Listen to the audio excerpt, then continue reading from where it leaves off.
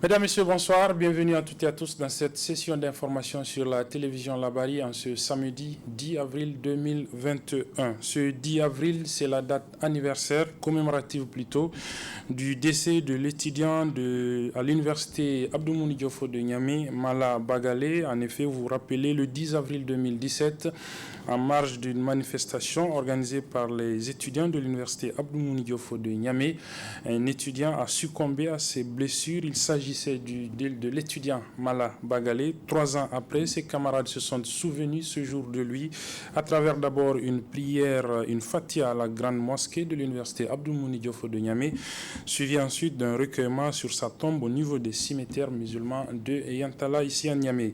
C'était en présence de nos reporters Aboubakar Souley et Hamza Sakou.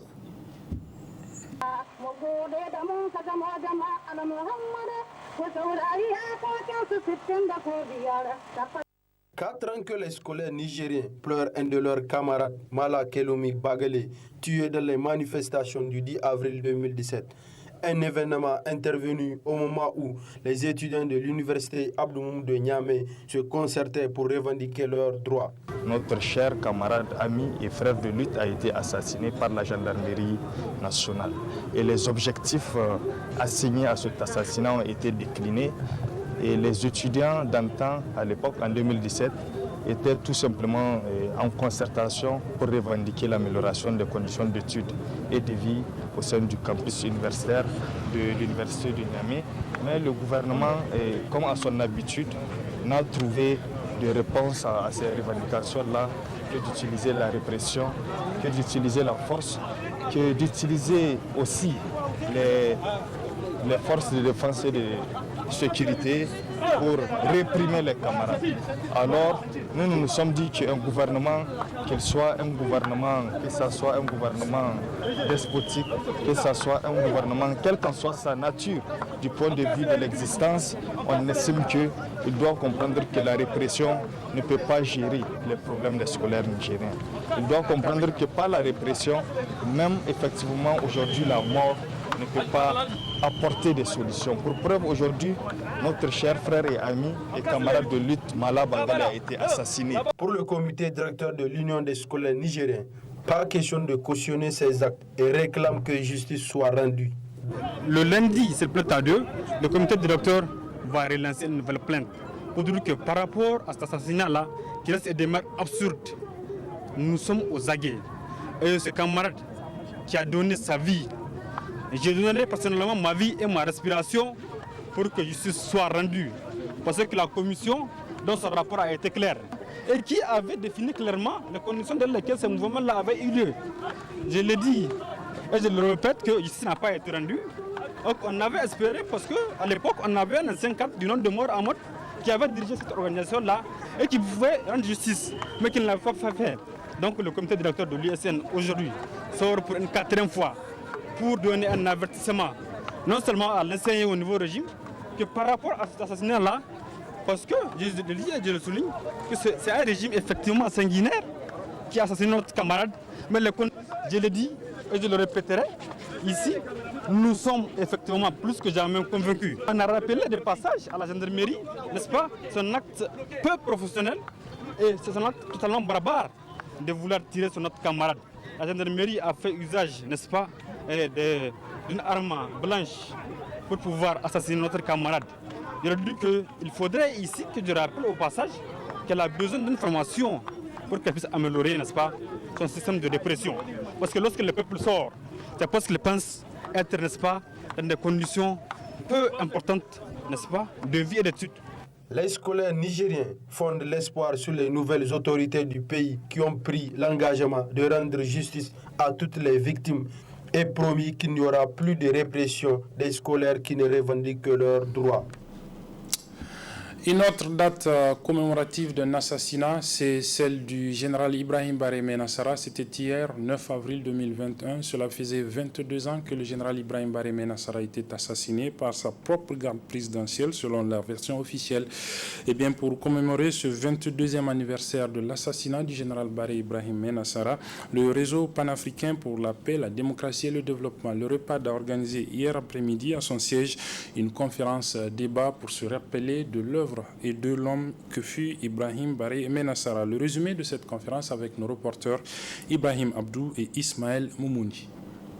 Rendre hommage au feu président de la République Ibrahim Baré Menassara, objet de cette conférence à laquelle ont pris part de nombreuses personnes, parmi lesquelles les membres de sa famille. Cette activité est l'initiative du réseau panafricain pour la paix, la démocratie et le développement REPAD.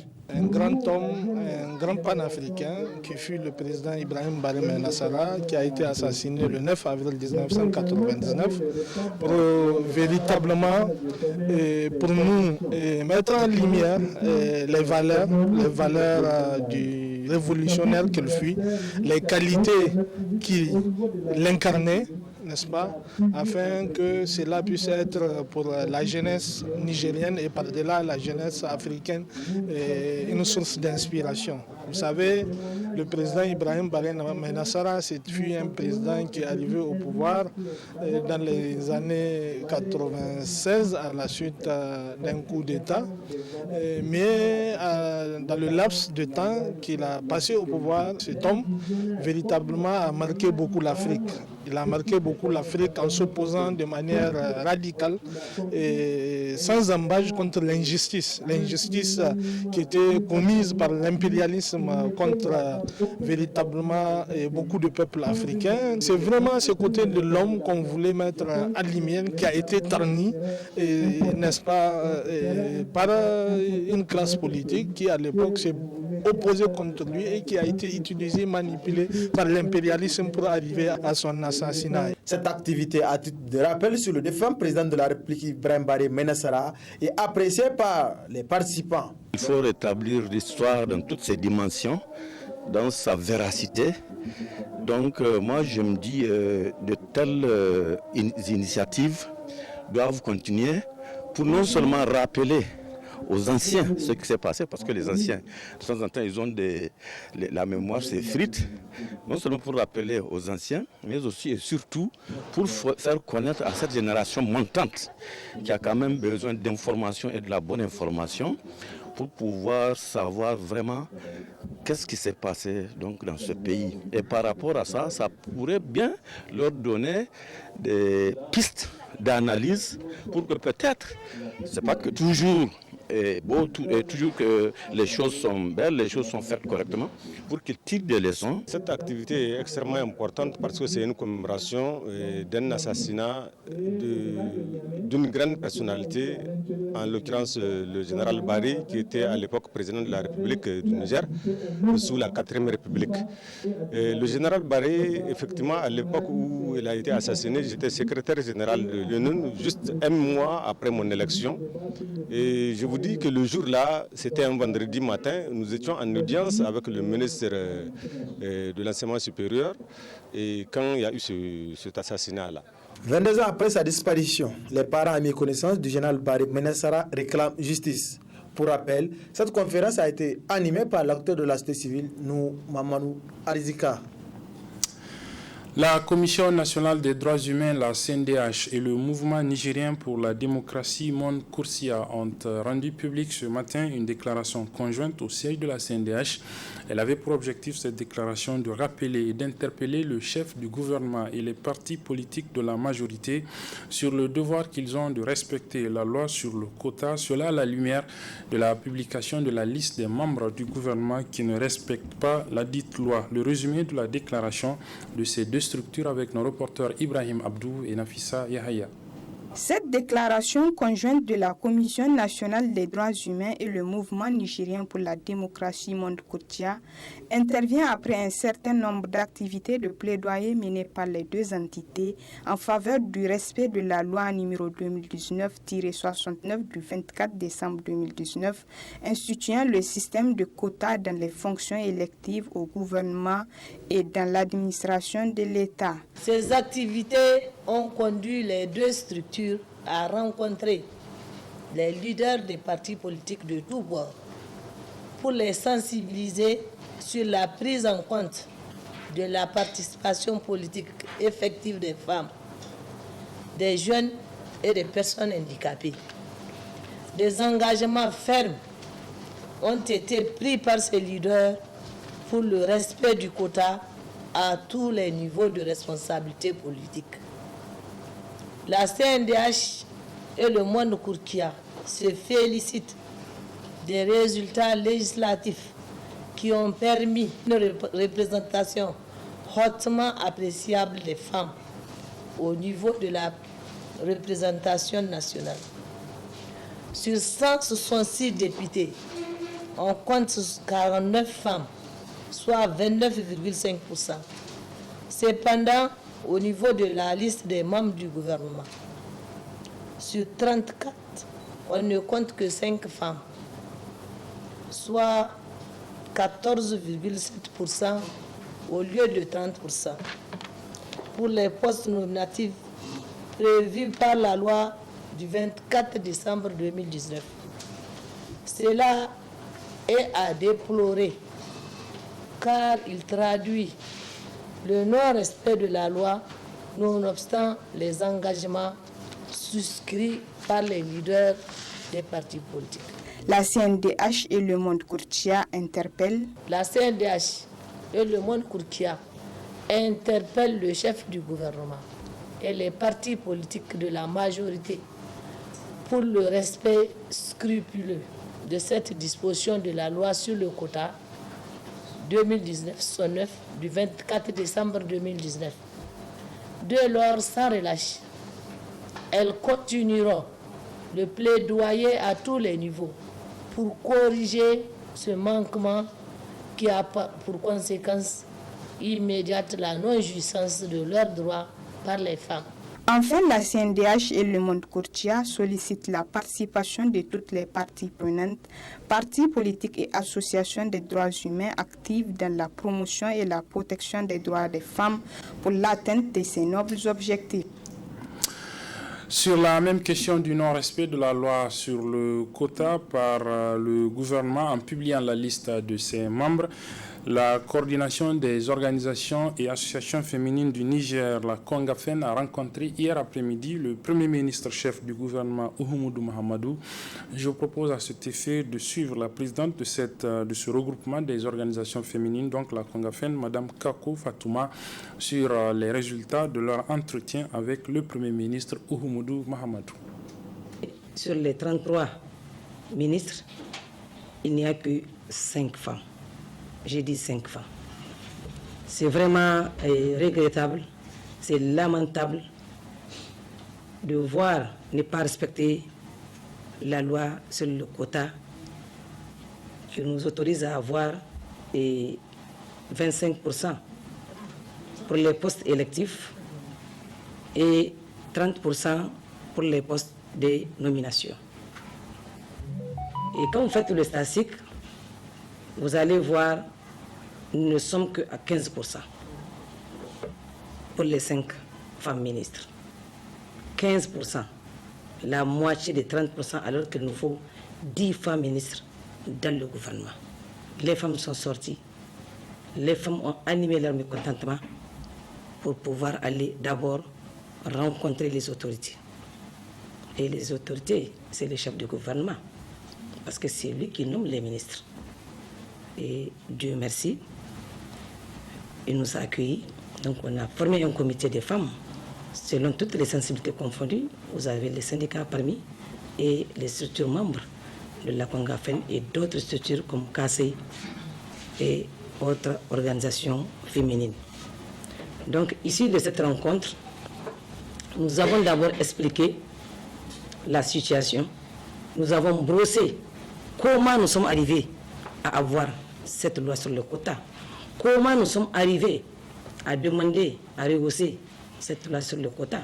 Certes, nous étions contentes au tout début, comme nous avons vu au niveau de l'hémicycle, il y a plus de femmes, 49 femmes parlementaires sur 166. On s'est dit que c'est très bien, on a applaudi 28%, on était vraiment très ravis, très contents de cette représentativité. Nous avons rencontré le Premier ministre et cette rencontre est sortie des explications de son Excellence, Monsieur le Premier ministre. Nous avons aussi félicité sa nomination son poste. Et nous avons aussi émis le vœu de voir surtout corriger ce qu'il y a à corriger par rapport à la promotion de la femme. Les organisations féminines du Niger, toujours regroupées au sein de la Congafen, ont rendu public hier vendredi, toujours dans l'après-midi, une déclaration pour condamner les viols commis par certains militaires du contingent tchadien en partance pour le Mali, des viols qu'ils ont donc commis sur des femmes au niveau du département de Tira dans la région de Tillabéri. Le résumé de la déclaration avec nos reporters Sadou Doumi et Hassan Saleh Mustafa.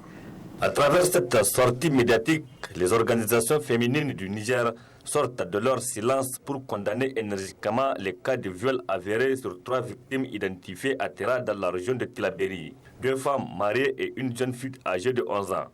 De viols commis par certains éléments du contingent militaire tchadien de la force conjointe du G5 Sahel en mission dans la zone. Après avoir investigué à travers l'antenne de notre ONG, l'antenne nous a confirmé qu'il y avait eu ces actes de viol-là perpétrés à l'encontre d'une jeune fille qui est au CE2, qui a l'âge de 11 ans, une femme de 23 ans, enceinte, et une autre femme de 32 ans.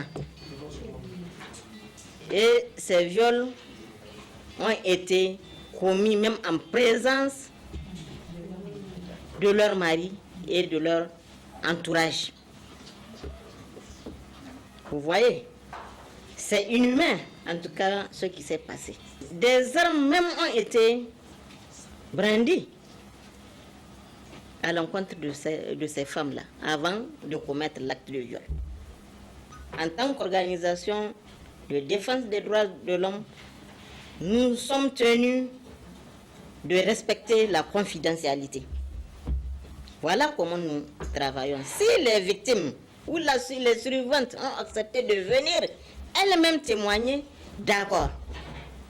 Tous les témoignages vivants de survivantes que vous avez l'habitude de découvrir à travers les médias, c'est que c'est avec l'accord de ces survivantes-là.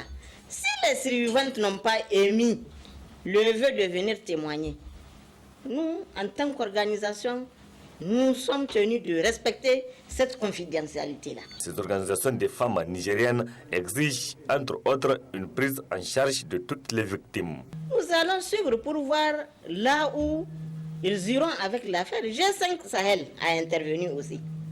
Hein? Donc, aujourd'hui, c'est devenu une affaire entre les deux États. Mais nous insistons sur leur prise en charge, même juridique. Et nous déplorons vraiment cette situation-là. Nous allons veiller pour que ces survivantes-là rentrent dans leurs droits. Enfin, les structures féminines du Niger, très choquées de ces actes, demandent aux autorités à ce que les auteurs, les co-auteurs et les complices soient sévèrement punis conformément au texte en vigueur. Sortie de promotion à l'École nationale de santé publique d'Amourezika de Niamey, NSP donc de Niamey. Il s'agit de la promotion 2017-2020 qui porte le nom de Idi Ilyassou Menassara, du nom du ministre de la Santé publique, Dr Idi Ilyassou Menassara. Il était justement à cette cérémonie de sortie de la promotion qui porte son nom. Nos reporters Sadou Doumi et Ismaël Moumouni y étaient également. Voici leur compte rendu. 91,12%, c'est le taux de réussite des élèves et étudiants de l'École nationale de santé publique NSP d'Amourezika à l'examen unique de certification de santé après 3 ans de formation. 606 sur les 665 candidats sont admis à ce concours. Résultat qui n'a pas laissé indifférent le directeur général de l'NSP de Niamey. Vous avez suivi un enseignement de haute qualité au sein de notre école de santé et le fonctionnement des différents services de santé que vous avez côtoyés de près lors de vos stages. Vous êtes désormais familiers. Le serment que vous allez prêter dans quelques instants marquera un engagement personnel devant vos pairs qui seront chargés de veiller à son respect tout au long de votre carrière. Vous allez jurer d'exercer vos fonctions avec dignité, conscience, indépendance, probité et humanité. En prêtant serment, les récipiendaires dont la promotion porte le nom du ministre Dr Ilyasu Idi Maïnassara n'ont pas manqué de saluer ceux qui ont contribué à leur réussite. Recevez les salutations de toute la promotion 2017-2020 qui est ici présente aujourd'hui devant vous pour un événement qui ouvrira une nouvelle page dans notre vie toute entière. Tous ayant reçu des enseignements et ou apprentissages de qualité de la part de nos valeureux, compétents et courageux enseignants, nous sommes assez outillés pour prendre part activement à l'amélioration de la santé de la population dans notre pays. Fruit de cette école, le ministre de la Santé publique, de la population et des Affaires sociales a remercié le respect du choix porté à sa personne, dont le nom est attribué à cette promotion 2017-2020, avant de prodiguer des conseils à ses agents de santé. Ayez de l'audace, du courage, de l'imagination et vous réussirez. Sachez qu'en vous, sentant victime, vous perdez confiance en vous. Sachez aussi qu'un problème est une opportunité parce qu'il vous incite à grandir. Sachez également qu'il n'y a pas de personnes sans force. Il n'y a que des personnes qui ne s'en servent pas. Sachez aussi et surtout que vous pouvez beaucoup plus que ce que vous croyez. Chers étudiants, où que vous soyez pour servir ce pays, sachez dire non à toute forme d'injustice et à toute forme d'agissement au détriment de l'intérêt de notre pays. Armez-vous donc de courage, car le courage est la plus belle manière de prouver que vous aimez votre pays. Mais avec le courage et la témérité, la qualité première qu'il faut avoir aussi, c'est l'intégrité. Car pour pouvoir dire non, il faut qu'on soit irréprochable.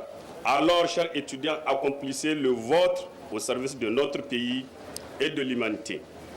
Partout et quel que soit votre niveau de responsabilité, vous devez servir loyalement et honnêtement. Des témoignages de satisfaction et des cadeaux ont été décernés au cours de cette cérémonie dont les élèves et étudiants ont tenu en haleine le public à travers des prestations. Pour refermer ce journal, nous vous proposons un reportage sur la situation de certains conducteurs de minibus de transport urbain dénommés Faba Faba. Une situation pas assez reluisante comme nous allons le voir dans ce reportage signé Nasser Sedou et Adamou Soumana. Plus connus sous le nom de Faba Faba, ces véhicules de transport en commun font office de taxi dans la ville de Niamey sur plusieurs axes. Un métier qu'ils exercent conformément au règlement en vigueur dans le secteur du transport, mais non sans difficulté de nos jours. Nous ici, on paye tous nos taxes. On paye la patente, vignette, numéro de portière, on paye tout. Maintenant, les gens qui les transports ne concernent pas les Dongombarou et les petits motos à 3 roues là, c'est eux qui prennent les gens maintenant. Ils viennent de la façon dont nous on prend, ils n'ont pas le transport en commun, ils viennent, ils prennent les gens. De la façon dont nous aussi on prend. Chaque fois quand nous on les parle, ils vont nous dire qu'on n'a pas le droit de les interdire. On a l'habitude de nous lever, moi et le chef des lignes. On était parti jusqu'à maintenant voir au niveau du commandant, le DG de la circulation. Il a dit que lui ne peut pas intervenir du moment où que la mairie ne lui a pas rédigé une lettre. Si on veut, on n'a qu'à poursuivre la juridiction, on n'a qu'à aller à la mairie. Nous avons même un problème de parking. Parce qu'au début, la mairie était venue, ils nous ont montré la place là où on va garer. Maintenant, les Lazare. Au début, ils sont là-bas à l'intérieur. Ils se sont déménagés pour venir s'arrêter là où la mairie nous a montré encore. Face à cette situation que d'aucuns qualifient de concurrence déloyale, les conducteurs de taxi minibus lancent ce cri de cœur. Tout ce qu'on veut au niveau de l'autorité maintenant, que l'autorité intervienne dans cette situation, dans notre situation là. On est dans un état de droit. Nous avons le transport en commun et ils n'en ont pas. C'est eux qui prennent les gens encore. Quand on parle maintenant, c'est la bagarre à chaque fois. Regarde actuellement, là où on est en train de charger maintenant. C'est sur la route qu'on est en train de charger. On veut que l'autorité vienne, qu'elle intervienne dans cette situation-là. De la même façon dont les autorités compétentes font de l'application des lois et règlements en vigueur dans le 10 secteur une lutte sans merci en mettant à contribution la police de la circulation routière, de cette même manière, elles doivent protéger ceux exerçant légalement ce métier contre certaines pratiques qui, de toute évidence, ne peuvent que nuire à cette profession. Voilà, c'est sur ce reportage sur donc, cette concurrence déloyale entre les conducteurs de minibus de transport urbain dénommés Faba Faba et de nouveaux types de transporteurs que se referme cette édition, mesdames et messieurs. Merci de l'avoir suivi. Merci également aux équipes techniques et rédactionnelles qui m'ont aidé à la présenter. Les programmes se poursuivent sur la télévision Labari. Au revoir.